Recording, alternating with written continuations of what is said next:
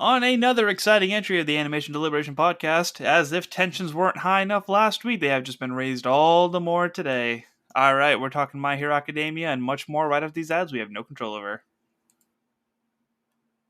Sing along if you know the words. 1, 2, 3, it's time for Animation Deliberation. A conversation and a celebration of our favorite action animated series. Yeah! Yeah, welcome back to the Sunday edition of Animation Deliberation Podcast, where we take action, animation, and cartoons seriously, but not too seriously. We are your hosts. I am Zuhair Ali. I'm J. Scotty St. Clair. And I am Andrew Rogers. And we are recording a little bit earlier in this week, because Black Adam comes out this week on Thursday, and all of us would rather go watch that than try to figure out times to record. So here we are for your pleasure. Yeah, hopefully it serves dual purposes. We can provide this coverage for these episodes that premiere on Saturdays, hot off the press, and then also free up our schedules a little bit to, be able to do one of our favorite things, catch a comic book movie on opening night. These are a few of our favorite things. And Dwayne "The Rock" Johnson is just one of those favorite things for sure. And Dr. Fate. Oh, yeah. Yes. Definitely excited for Pierce Brosnan's Dr. Fate. Oh, yeah. So, before we get to the hot off the presses content, Andrew, tell us about this Demon Slayer news that was spotted for October 15th. Demon Slayer gave us the news that we have no news. Awesome. Moving on to the animated segment. We don't have too much to talk about today because it's like 2 days after the last time that we talk about it. But all of us did watch Spy Family, as usual. All of us loved it, and we're here to talk about it. Who wants to go first? I'll go first, I suppose. Yeah. Not everyone at once now. Yeah. Sometimes it's a blessing and a curse because you get to say, I should speak for myself. I get to say exactly what I want to say unadulterated. But then other times I'm like, I want you guys to go first so I can glean some things off of what you said. But it's all good. So I will start my timer now. Yeah, I enjoyed this next entry of Spy Family, Mission 15, and a new family member. Feels like the end of an arc in terms of having these terrorists that use dogs as bombs to try and get this politician. I believe he's a prime minister of some kind or something like that. But anyway, I really enjoyed the episode. I appreciated the fact that the conflict came to a resolution so quickly, especially with your kicking a car and making it have an accident and then just like calling from a payphone being like, oh yeah, I was the housewife that called about the other terrorist, just come pick this guy up. But I absolutely loved the segments with Anya at school, like her scheming, like saying to her friend, like a dog has appeared at Anya's house, and just like the way her face when she tells Damien and he's just like, yeah, and her utter complete shock. Like I fell on the floor laughing at that. It was just another stellar addition, and I love his name. I love the dog's name, Bond, and that's my time. Stellar for her Stella star. Yes, there we go. Yeah. I'll take the next run because I feel like I got some things to tack onto that. So, all right, and I will start now. So yeah, I can't believe we didn't even talk about the cliffhanger of whether or not Lloyd was going to shoot the dog, but like that was a great resolution to that. His skill tremendous, but like I still love that we're dancing around this. Do they know whether they're spies and assassins and everything else? It's just so funny to see them come so close, and I want them to know at the same time, don't want them to ever find out and just want to see this dance continue to happen. But yeah, it was just all so good, and Bond being the dog's name, it definitely felt like we were back to the family show that this was before. We're no longer, bomb threats and intestines of loved ones hanging from the ceiling. Like, it's back to the fun loving, and literally every time the dog says Borf, I laugh. I don't know how they found the funniest thing in the world, but this show did it, and I absolutely love that they figured out a way to do it. It's just amazing. Borf! Just that exhale with it, like how deep is Borf? I really hope they don't change that for the dub. Like, just leave it as the Borf, yeah. please. Definitely. Oh, man. Yeah, just tacking onto those sentiments. I was scared for that dog at the beginning, but I like that they're talking about they address like animal cruelty and like how these dogs were treated like for this mission and stuff, and how it's going to be like the cause of the organization to take care of them and make sure they have like happy homes. Anya's ability to blackmail is going to make her a great spy in the future. The fact that she's just like, I'm not going to do good in school if I can't keep this dog, and everyone's just frustration and shock at her. Her walking home from school and just seeing Bond, like, just how loving he is, but she's like, he's gonna eat me, he's gonna eat me. Like, she's not sure how she feels about the situation anymore. The way they named the dog, all the comedy behind it, yeah, we're back to our, for now, what seems to be kind of episodic, which is fine because every episode is a gem and it's hilarious. So I'm all for it. We'll see what the next like big mission for these people is, but this show never ceases to never fails to entertain me. Wow. Up to the buzzer. Right on my the vocal line. typos. Yeah. All right, and as usual, if there's any other show that you guys want to recommend to us or feel you want to hear more about, whether it be the end of the arc or end of the season, let us know. We would love to talk about it. We love talking to you guys as well. We are going to move on to My Hero Academia Season 6, Episode 3, One's Justice. Scoots, tell us about what happened in this episode. Yeah, coming at you with a plus ultra synopsis here. All right. The heroes continue their assault on the Gunga Mountain Villa, using their quirks to take down the resisting villains. They also close all the exits to the assembly hall, with Tokiyami assisting Fat Gum using Dark Shadow at full power to halt Redestro and his group from escaping. Dark Shadow warns Tokiyama after noticing Gigantomachia in the hall, but Fat Gum reassures him he will only move upon given orders by his master. He also reveals to Tokiyama that Hawks provided them with all this info.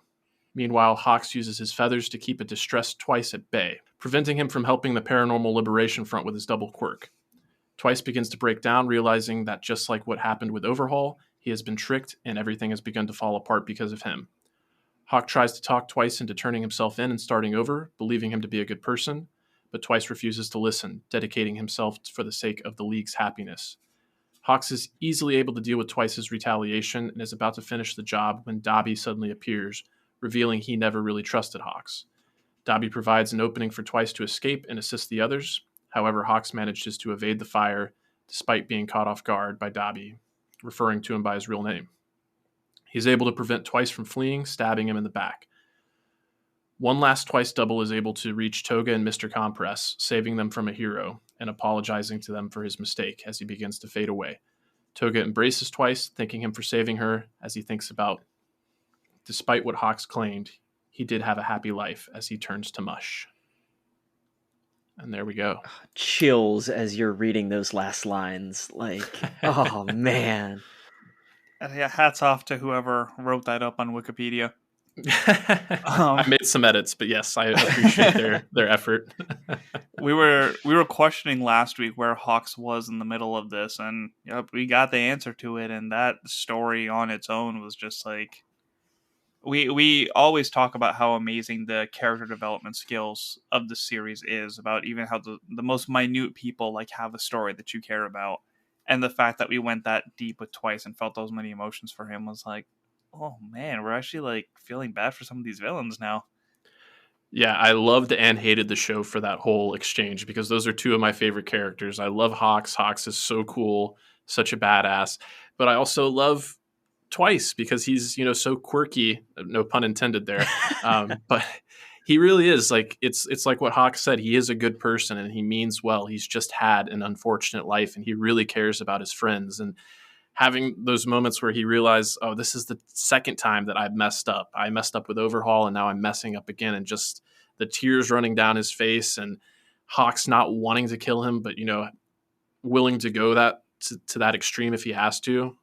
Just really, really gripping stuff and some of the most ripe character development I think we've had in quite some time in terms of like interpersonal conflicts between characters.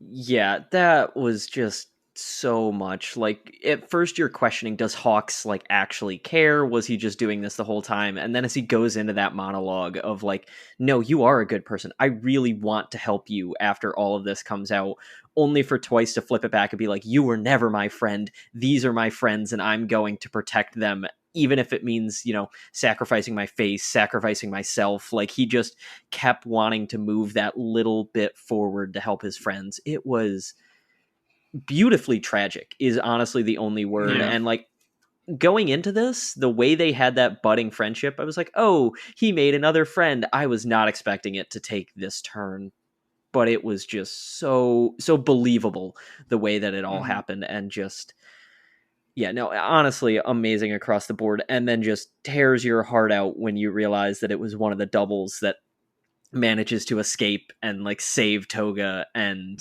Compress. That was, I was on the verge of tears as that happened. And then, did either of you watch the outro of this episode, like, in full? Isn't it the same one? No, they changed a scene, and it is a scene. It's the scene of so they have a freeze frame where it's Toga like putting the rag on his head to cover him back up, and it fades out to her crying in her hands and him just missing from the frame. And that was the moment I was like, oh my god, no, I'm actually crying now. Like, they hit it in the outro as they took out one of the scenes with the rest of the villains. But I was just like, well, A, I need to keep an eye on this now, but B, what a way to like bring that fully home of Toga's probably going to be after the heroes now. Like, things are about to go down even more than they already are. Yeah, with her lighthearted demeanor, like, we question like how much she actually cares and to what extent she actually cares. But now us seeing like how tight these people actually are. I'm still not sure about Dobby because he was ready to just burn his own dudes, but then Twice was ready for it too. Like, the way he jumped out of the way and said, no, burn the double. It might hurt me, but like, do it now.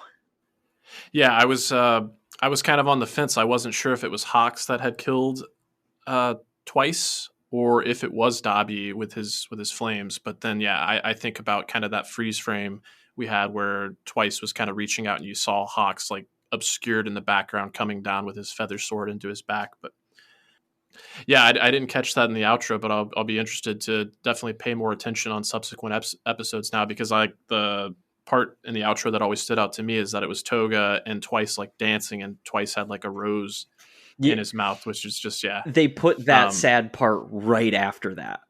Oh, okay. Okay. That's why I was like, oh yeah, they are in this outro. What are they doing there? And then it just slowly kept going. Okay. It does make me curious about the age difference there, because like they were obviously friends, and it like sometimes seemed like it bordered on possibly romantic. And I think he said something to the extent like he'll miss like seeing her cute face. So I don't think it was like inappropriate, but it did make me wonder. I was like, what? She's like a high school student, so what is the age difference here? But anyway, it honestly felt like one of those moments where they obviously love each other, but in a super platonic way. It almost reminds me of like how some of the Hashira were sad when, spoilers, Rengoku died. Like the way Uzui felt for his brother, like that, it almost felt very much like that of like, I would do anything for you. I don't want to see you go.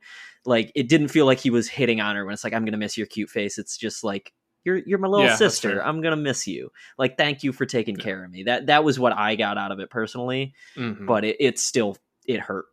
It did hurt more than it should have for the bad guy. But yeah, we talked. Yeah, I think his past dialogue with everybody else shows that it was more that he was friend zoned. Could be that. It could also be. You're thinking that in like that one bit of context, but literally the last 5 seasons worth, like, yeah, this is just a friend zone relationship. Another part of the episode, I mean, obviously the stuff with Hawks and Twice was the like real meat of the episode. I mean, we got some great action all around, but the other part that just like made me surprisingly like gleeful was Redestro when he got the announcement that they were surrounded, because he had like he had the little like the upside down U's where he's just like, okay, heroes are attacking, not phasing him. They've already destroyed half the villa, not phasing him, but then he's like, we're surrounded, and then his face just changed, because I've never liked Redestro. I don't like it's like I love to hate him. Like with the character design, I don't find anything appealing about him. His smugness, he's just one of those ones that I always want to see him get his comeuppance. So that was a wonderful moment for me. And then to see him get taken out by Dark Shadow was pretty great too. Yeah, for a moment I thought he was like, yes, of course, we anticipated this all along. And then when they finally put the shock in his face, I was like, yo! Can't hide it anymore. Yep, yeah. Seeing someone go toe-to-toe with Dark Shadow full out, though, that was a moment, too. Because the minute I realized he was letting Dark Shadow go into a cave, I was like, oh, it's time. He's finally learned how to do this. Yeah. And even Fat Gum was like, what's so special about this kid that he's like our trump card for this? And as soon as Chokoyami walked in, I was like, oh, this is a very dark cave. He just went and just started wrecking shop. I was like, what the hell is this? I was like, this is awesome. Yeah. So he's getting a little more like, it wasn't, startled nighttime like it was the first time that we saw him go that bad. But I like that he's getting a little bit more control over, really dark Dark Shadow. Well, the name of the superpower Ragnarok, just the event in mythology of the destruction of Valhalla, that's awesome. That is so cool that is what he names the destructive, ultra powerful beast after. I gotta look up what the other names were because he's so good at naming his moves. He is.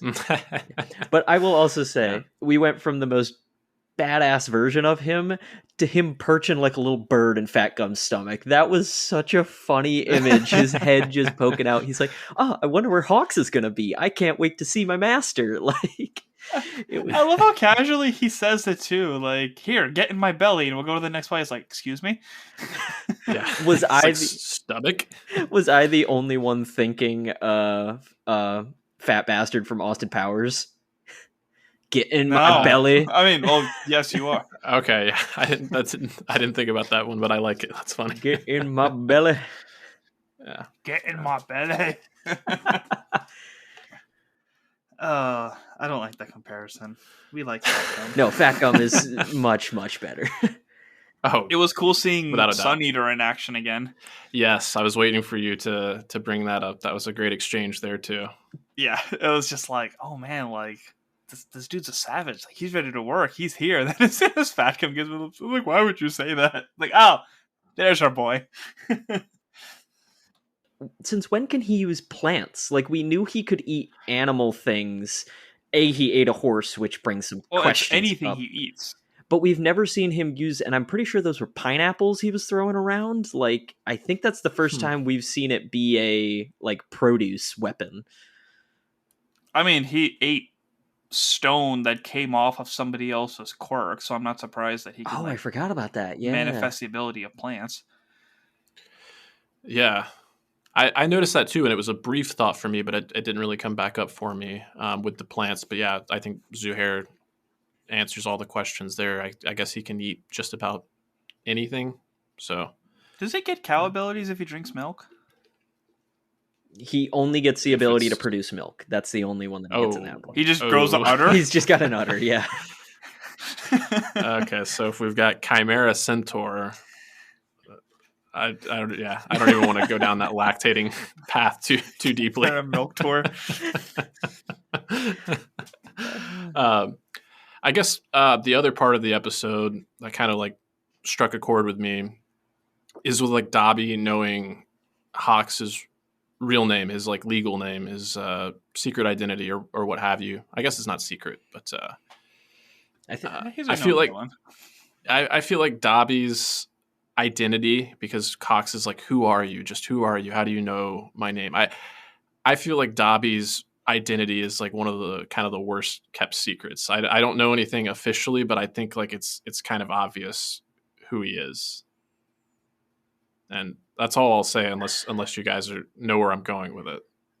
I've had the I'm not sure I do. I know where you're going with it, and I don't know if I believe it necessarily, and I'm just I'm letting the show tell me what it is. It just clicked to me. Yeah. I don't know. I'm letting the show tell me because it feels almost too obvious. So I'm just I'm going to pretend. Yeah. I'm going to have the, mindless nature about what his identity is. Okay. I also don't know mean, if we want to it could. spoil that for anyone who hasn't like put those pieces together either. I mean, I don't, like I said, I don't have anything official. I just feel like it is, like you said, almost too obvious. So it very well could be the show like playing with me and just setting me up to have my expectations like subverted. If that's the case, I'm more than happy to be surprised. But yeah, at this point in time, it just. Fabian's just listening to this screaming right Oh, now.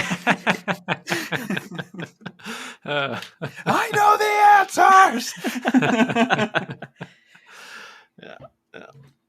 Yeah, but honestly, we talk about Dobby. I forget how powerful he is every single time, and just seeing him produce flame, what feels like more powerful than Endeavor or Todoroki ever have. Like, what's I want to see someone, or I mean, obviously, someone's going to have to go toe to toe with him as they're fighting through this mansion. But like, who is going to be powerful enough to actually have that moment of going toe to toe? I don't know. Kaminari. Okay. Now, Andrew, you're more of a self-proclaimed science guy than I am, so correct me if I'm wrong here. But my understanding is like blue fire is actually hotter than red or yellow fire. But I did notice Twice said like it's cold, like after the flames came like rushing through. Okay. What you got? So you are generally speaking correct. My mind went to one specific place when he said it's so hot it's cold, and this is going to be a real stretch for a lot of people.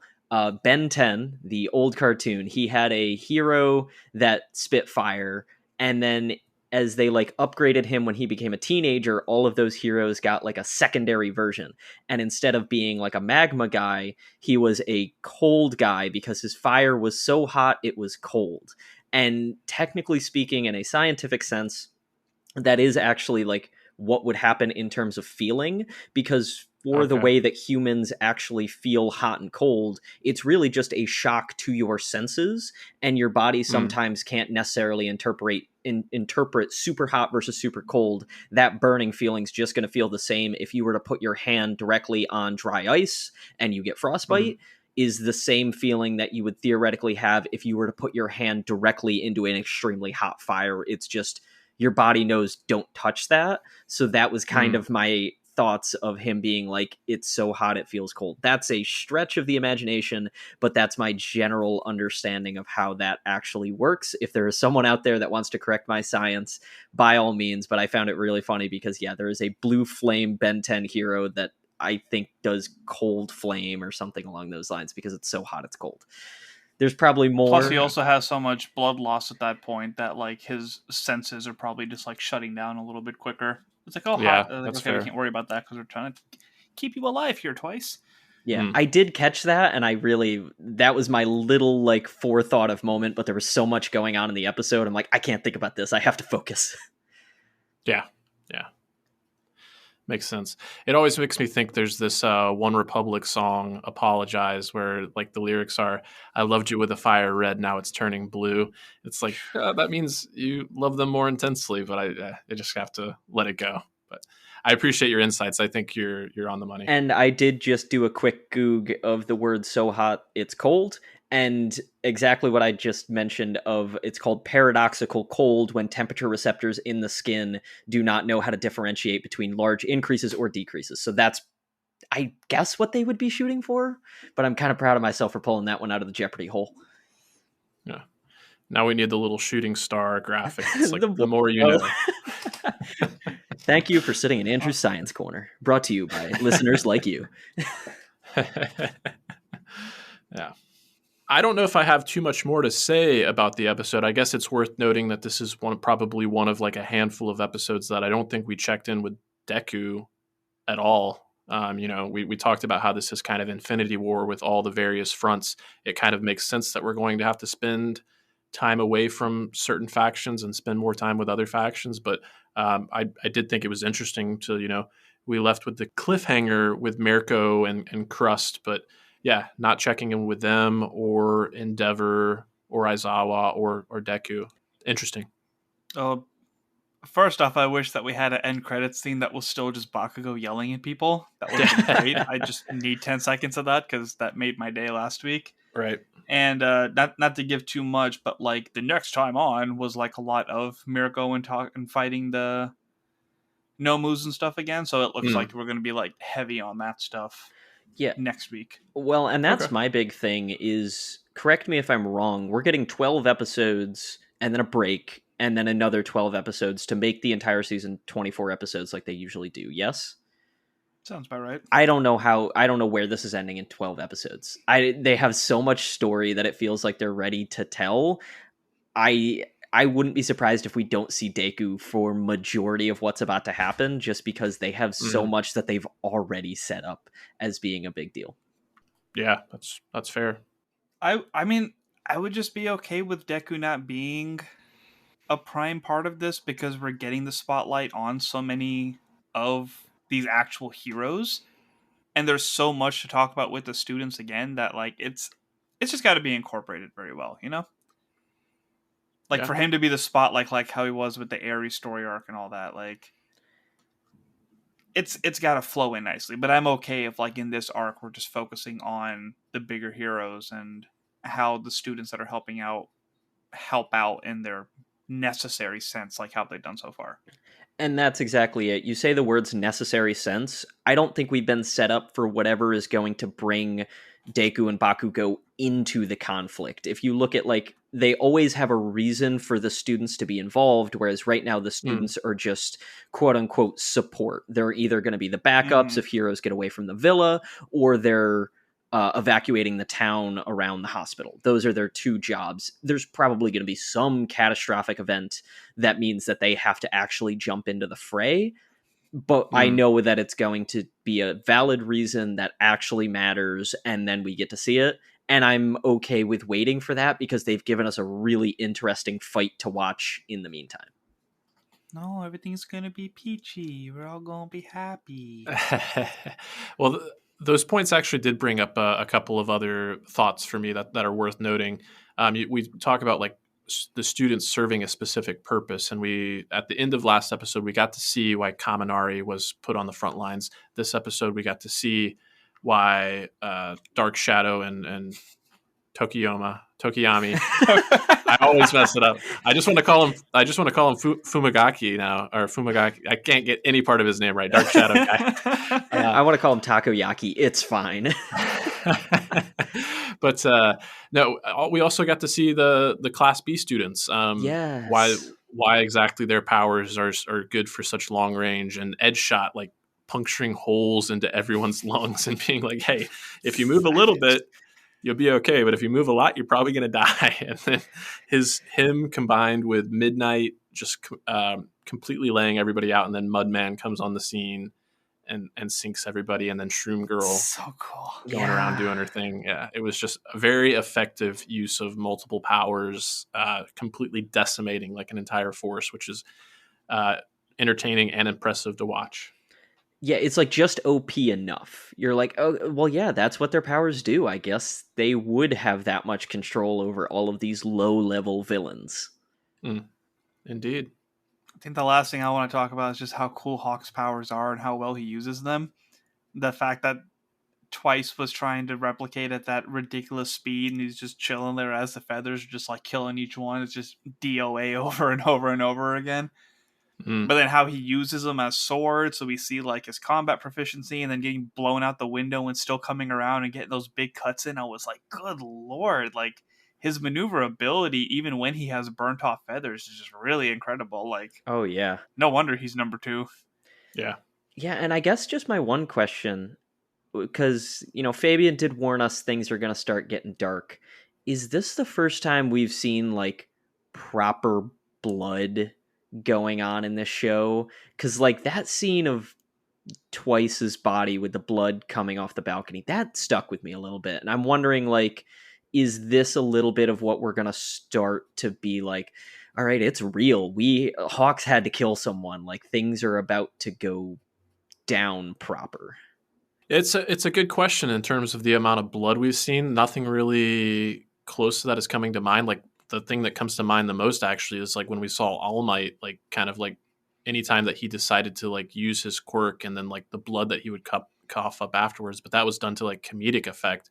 outside of that, it's just I remember seeing a lot of Deku's fingers and limbs get that like dark purple that color that we shatter. saw with Mirko. Yeah, that we saw with Mirko last episode. But yeah, no other large amounts of bloodshed come to mind. So yeah, could be within keeping of the story arc, just going to those darker places. It's kind of like the comparison to Harry Potter that I made a few episodes back. We're gonna start to see more and more people go down and you know suffer Rest in serious. peace, Hagrid. Oh yeah, Yes. yeah, Robbie Coltrane. Yeah, yeah. Yeah, I'm not ready for it, but there's no way all of our heroes are making it out of this. I just don't Oh see it happening.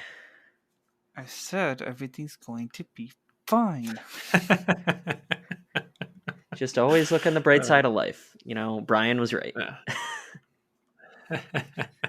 It isn't technically a feedback email, but we did get 2 comments on our post on Facebook, which you guys Oh, should be cool. following us on Facebook and Instagram and Twitter and everywhere else. We have socials. Yeah. John Irons sent a couple of comments. Holy crap, the episode that came out today. One's just as holy freaking crap. This season blasted out of the gate and doesn't look like it's going to let up anytime soon. As Miracle was going ham and kicking all the ass and taking such glee in the bloodlust of combat, I was like, she's the one Bakugo should have done the work study with. Probably exactly why she wasn't. Yeah. She's probably not on like the approved list that like Yeah. UA Yeah. has. It's like, no, she is going to kill a student. We can't let her have one. Because Best Genius was very specific about like, I'm trying to turn this kid around because he is a Yeah. menace. Oh, wait, hang on. Yeah, we got that whole thing with Best Genius kind of revealed in this episode, or not revealed, but like that Hawks. Did we get any confirmation? Did he kill him, or what happened? That's what it seemed like. Because there was that scene where he said like, I had to do dark things to get on your good side, and it flashed back to Hawks like standing behind Genist. Was that like a confirmation that he did it, or what do we think that was? I know that'll probably be explored in full at some point, but I just now remembered that we got that flashback. Yeah, I am not prepared to field that question at all. Like I remember the flashback, but I guess I kind of just like glossed over it. No, I didn't make that connection at all. I certainly hope not, because I love Best Genius. Best Genius is such a great character, and seeing him laying it all out on the line, like back in like season 3, I believe it was. Like it would be a shame to kill him off screen, but it could be something that we explore later with a flashback. It was kind of on screen. Yeah. Well, I love that how concerned Bakugo secretly was, like when there was that whole he's missing, and it was like, wait, my teacher's missing, what's that about? Like, maybe that's how it comes back, is Bakugo finds out and we have to see the fallout between him and Hawks, like whatever that looks like. That could be an interesting route. But yeah, I was just curious. I couldn't remember if we got like full confirmation of how that went down. Not at this time, I don't think so. Okay. So definitely some good food for thought. Any final thoughts on this episode before we start to close it down? Yeah, you said food for thought, and Sun Eater eats for his quirk, and I'm very hungry. Okay. I was trying to figure out a food for thought joke too. I'm like, oh man, I'm just hungry. Glad we're all in the same place. Yeah. You're very specific about this episode, so that's the only way I could draw it back to food. Well, one of the ways we get fed is with feedback. So you can be like John Irons and send us some feedback on our social medias. You can also send us an email at animationdeliberationpodcast@gmail.com, as well as our Twitter and Instagram, but I'll leave those for Andrew to tell you all about. Yeah, so Twitter, you can follow us at AnimationDelib1, and Instagram and Facebook is just Animation Deliberation. You can follow us there for all of our announcements of any podcast, any news that we actually come up with that's not Demon Slayer, no news, and plenty of memes also going up on our story, because there was a great one that I found of Dr. Doofenshmirtz and Redestro that is up there currently and had me laughing hysterically. So yeah, there is plenty of fun with all sorts of stuff like that, and like we said, that is just one of our many places that you can send us any sort of feedback that you would like to hear. Sweet. And we mentioned Black Adam at the top of the episode, Andrew, why don't you let the people know Yes. about what you have going on? I forgot that we're doing this like multiple times before the movie comes out. I was prepared for it to be on Thursday. So yeah, I was on the Source Pages podcast to cover the Black Adam primer. That is a great read through of a bunch of the comics that DC actually just yesterday recommended to read. So I happened to pick the right ones when we were picking out what they were. So yeah, they are a great preview for the movie, with very little spoiler because none of us really know what this movie is actually going to be about, as well as just a discussion of the greater DC universe as a whole. Plenty of talk about who Dr. Fate is, who Hawkman is, who Black Adam is, and Atom Smasher. So if you want introductions to those characters that are non-spoiler, that's a great place to do that, as well as just general DC comments, because I know so many of you are fans of Young Justice and stuff like that. We talk about what DC as a whole looks like. So it's a great time. Go give that a listen before the movie, because then there will be a comparison after the movie to the comics that hopefully I will also be a part of. So it'll be a nice two-parter to sandwich with the meat that is that movie. Bringing it back to the food. All the food. Let's go. All right. Zuhair, what about you? What you got going on outside of Animation Deliberation this week? 323 with Reed Murphy for all the sports. Okay. Yeah, sports ball. All right. Yeah, as for myself, thinking about Black Adam, Matthew, Carol, and I started messaging back and forth this morning, trying to schedule when we'll do the Bingers Assemble coverage for Black Adam. So keep your eye out for that. It's kind of crazy to think that there has not been a DC like film proper since Suicide Squad, like over a year ago. But and that wasn't even a theatrical release either. It was simultaneously. It was like on HBO Max, but also available in theaters. Okay. But yeah, it'll Us be... real fans went to go see it in theaters. Yes. Yes, indeed. You know, some of us were locked in a snowy town in upstate New York that just you didn't have a movie theater. I don't know what to tell you. All the excuses. I'm full of them. Goodness. Yes. All right. Well, always a pleasure. Thanks, everybody, for listening. Don't forget to share the show and to give us a review. That definitely helps with our visibility. And that'll do it for me this week. Thanks for tuning in. That's TOONIN. B+ Ultra and stay whelmed. And rest in peace, Mr. Twice. Muscle. Thank you for listening to the Animation Deliberation Podcast, a proud member of the Stranded Panda Network. If you would like to contact us, you can email animationdeliberationpodcast@gmail.com or follow us on Twitter @animationdelib1. For this and other great shows, you can visit strandedpanda.com or join the great community that is the Stranded Panda Chat Facebook group at facebook.com/groups/svchat. Tune in next time, and remember, stay whelmed.